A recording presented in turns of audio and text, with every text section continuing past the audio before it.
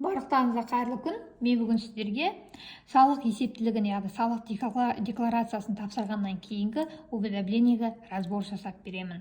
Көп адамдар салық декларациясын тапсырғаннан кейін мына уведомлениеға мүлдем назар аудармайды екен. Ол дұрыс емес, себебі бұл уведомлениенің ішінде нақты ең керек цифрлар жазылған. Енді қазір сіздерге түсіндіріп өтейік. Уведомлениені сіздер егер жоғалтып алсаңыздар, сообщение ішінде таппай қалсаңыздар, онда салық комментіне кіресіздер де скачать уведомление деп тұр. Соны басасыздар.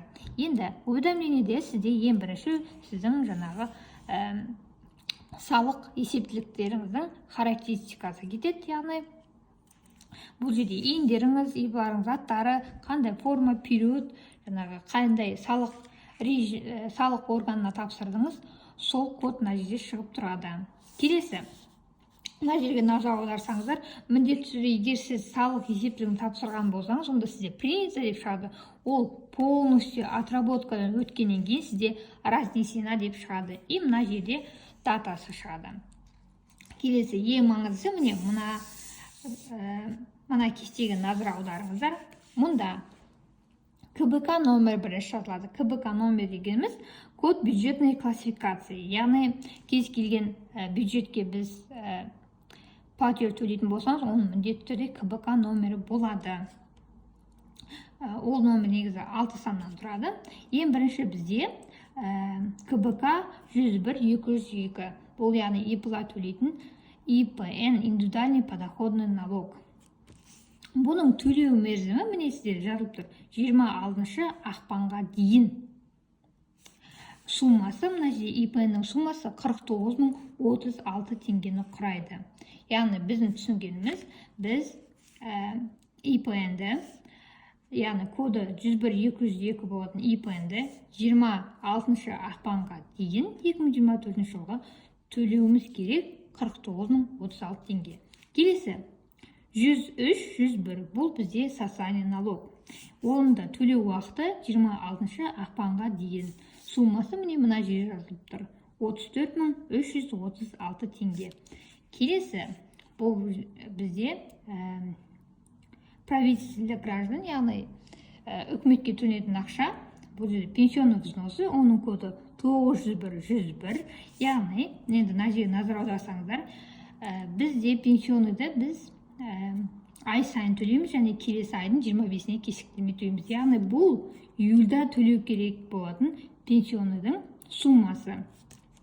Бұның төлеу уақыты июль үшін 25 августқа дейін болып есептеледі. Өткен жылы бізде пенсионный 7000 теңгені құраған болатын.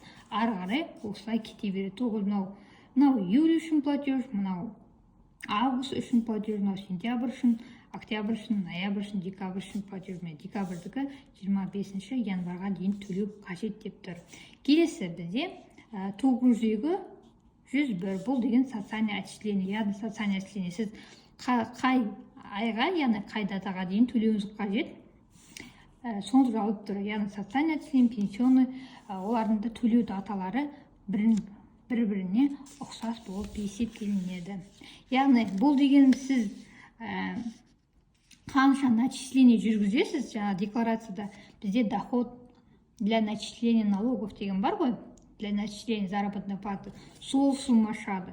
Бұл жердегі сумма тек қана сіздің начислениеңізге берілген сумма. Яғни сіз өзіңізге қандай сумма начислять еттіңіз, сол сумманың бәрі осында шығып тұрады. Кейбір ойлады, бұл менің төлеген суммалар дейді. Жоқ, бұл төлеген суммалар емес, бұл сіздің салық декларацияда начисленияға жіберген суммаларыңыз. 7000 теңге пенсионный шықты, одан кейін социальный отчисление 2450 теңге. Келесі бетті ашсақ, мына жерде бізде медстрахование код 904-101. Ол бізде 4900 теңгені құраған 2024 жылы. Мінекей, осылай шығып тұрады. Келесі, мына жерде жаңағы пенсионный взносы работодателя, тағы да платеждар бар. Біз оны өткен жылға төлемедік, сондықтан бізде осылай 0 шығып тұр. Мінекей, осылай сіздерге қысқаша ғана разбор жасап көрсетуді жөн көреді, себебі көп адамдар осы уведомлениені түсінбейді де маған жазып жатады. Мен мына жерде не төлеймін, қайсысын төлеймін, түк түсінбеймін, қаншама цифрлар тұр мына жерде деп. Енді сіздерге түсінікті болды деп ойлаймын. Егер сіз мысалы ай сайынғы төлейтін жаңа Apple платеждарын төлеп, бірақ қай айда төлеуін ұмытып қалсаңыз, немесе сіздерде белгілі пеня шықса, задолженность шықса, ол задолженность тексеруге де болады. Оған арналған видеоны мен бұның алдыңғы видеоларда салған болатын, содан қарап білулеріңізге болады. Егер сізге менің жасаған уведомление бойынша разборым ұнаса, лайк басыңыздар, сұрақтарыңыз қалса комментарий қалдырыңыздар, және осы видео пайдалы деп ойласаңыздар достарыңызбен бөлісіңіздер. Рахмет.